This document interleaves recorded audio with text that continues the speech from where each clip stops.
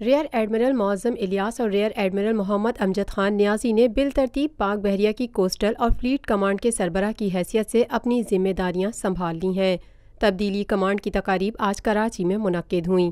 نو منتخب commander coast rear admiral معظم الیاس نے 1980 میں پاک بحریہ میں شمولیت اختیار کی۔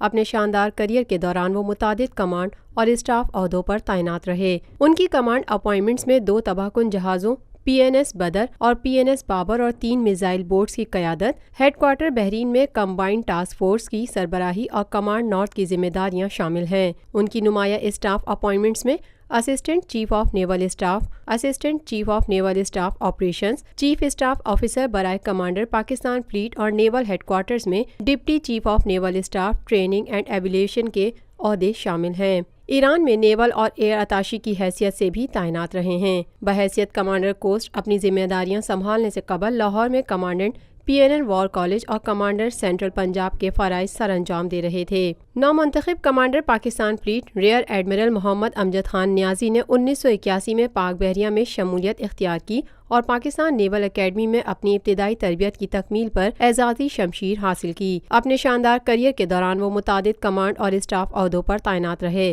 ان کی کمانڈ اپائنٹمنٹس میں 2 ٹائپ 21 تباہ کن جہازوں PNS بدر اور PNS طارق کی سربراہی، 18ویں تباہ کن اسکواڈرن کی قیادت اور بحیثیت کمانڈنٹ PNS بہادر خدمات شامل ہیں۔ ان کی اسٹاف اپائنٹمنٹس میں director naval operations, deputy chief of naval staff training and evaluation, commandant Pakistan navy war college, commander central Punjab Lahore اور ڈائریکٹر جنرل نیول انٹیلیجنس کے عہدے شامل ہیں۔ وہ شنگھائی میں بحیثیت چیف نیول اوورسیز بھی تعینات رہے ہیں۔ وہ army command and staff college Quetta اور نیشنل ڈیفنس یونیورسٹی اسلام آباد کے گریجویٹ ہیں۔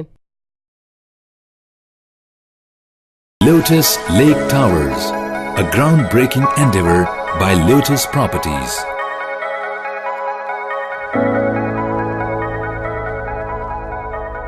پاکستان بھر میں نمائندگان کا وسیع نیٹ ورک، ہر خبر جاننے کے لیے دیکھتے رہیے TNN TV۔